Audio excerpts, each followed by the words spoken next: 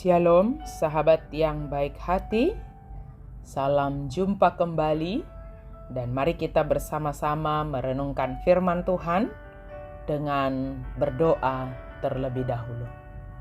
Allah Bapa dalam Yesus Kristus, terima kasih Tuhan untuk kebaikan-Mu yang menganugerahkan waktu bagi kami saat ini.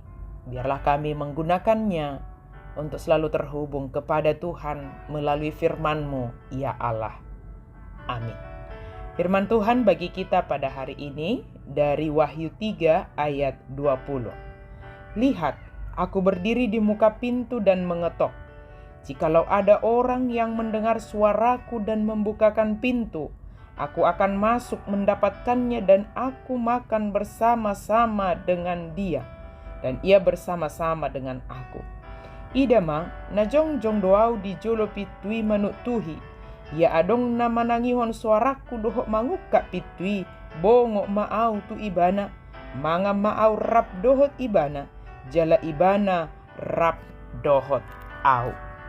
Yesus berdiri di muka pintu dan mengetok.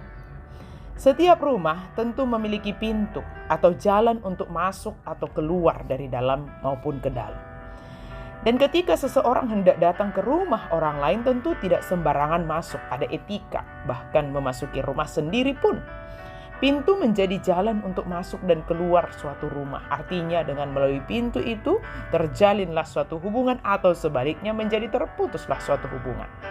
Jika si pemilik rumah mengizinkan yang mengetok pintu untuk masuk, tentu akan terjalin hubungan melalui pembicaraan dan aktivitas yang dilakukan di dalam rumah. Tetapi jika si pemilik rumah tidak merespon, tidak membuka pintu itu, maka tidak akan terjalin suatu hubungan, tidak terjadi suatu interaksi dari yang datang dengan yang ada di dalam rumah. Ada beberapa faktor orang tidak mau membuka pintu. Mungkin sedang asik menikmati apa yang sedang dia lakukan di dalam rumah sehingga tidak mendengarkan suara yang mengetok pintunya. Atau memang dengan bersengaja karena menganggap yang datang itu hanya mengganggu dan menyita waktunya saja. Terkadang kenikmatan atas diri kita sendiri dapat membuat pintu hati kita menjadi tertutup dan tidak mau mendengarkan suara yang sebenarnya sedang mengingatkan kita untuk kembali terkoneksi dengan Tuhan. Jemaat Laodikia merasa puas diri dan kaya. Mereka merasa sanggup mencukupi diri tetapi mereka tidak memiliki hadirat Kristus di antara mereka. Kristus mengetuk pintu hati mereka. Tetapi mereka begitu sibuk menikmati kesenangan duniawi sehingga tidak memperhatikan bahwa Kristus sedang berusaha masuk. Kesenangan duniawi ini yakni uang, rasa aman, harta benda bisa berbahaya. Karena kepuasan sementara yang berasal dari hal-hal itu membuat kita acuh tak acuh terhadap tawaran Allah akan kepuasan kekal.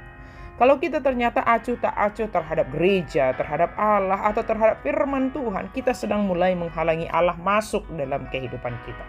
Biarkan pintu hati kita tetap terbuka bagi Allah, maka kita tidak akan pernah khawatir tentang mendengar ketukan atau tidak. Membiarkan Kristus masuk adalah harapan kita satu-satunya untuk memperoleh kepuasan kekal.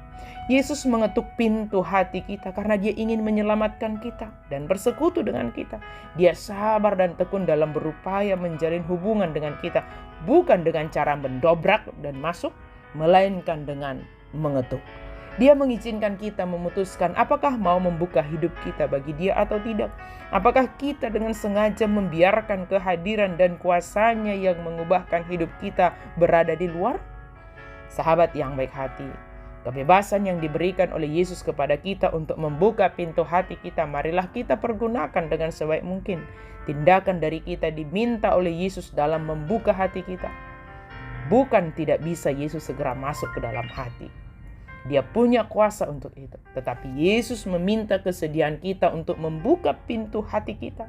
Sehingga hubungan yang kita jalin dengan Yesus adalah hubungan yang kita minati dan sukai.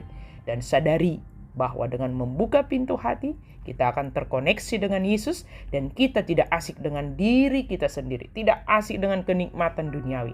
Sebaliknya, dengan membiarkan kuasa Yesus yang dapat mengubahkan hati kita masuk ke dalam kehidupan, maka kita akan mengalami perubahan dan hidup sesuai dengan kehendak Allah. Kiranya hati kita senantiasa terbuka kepada kasih dan kuasa Kristus, sehingga Dia memenuhi kita. Ingatlah, Kristus selalu berdiri dan mengetok pintu hati kita.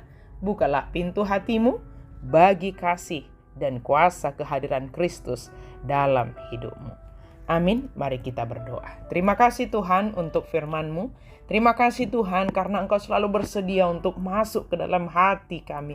Kami mau dan rela dan siap membuka hati dan pikiran kami Tuhan, supaya Kau masuk ke dalam kehidupan kami, berkuasa mengubahkan kami ya Tuhan, mengingatkan kami atas setiap kesalahan, atas setiap apapun yang mau kami kerjakan. Engkaulah yang menolong dan menuntun, mengajari kami Tuhan, sehingga apapun yang kami lakukan itu seturut dengan kehendak-Mu.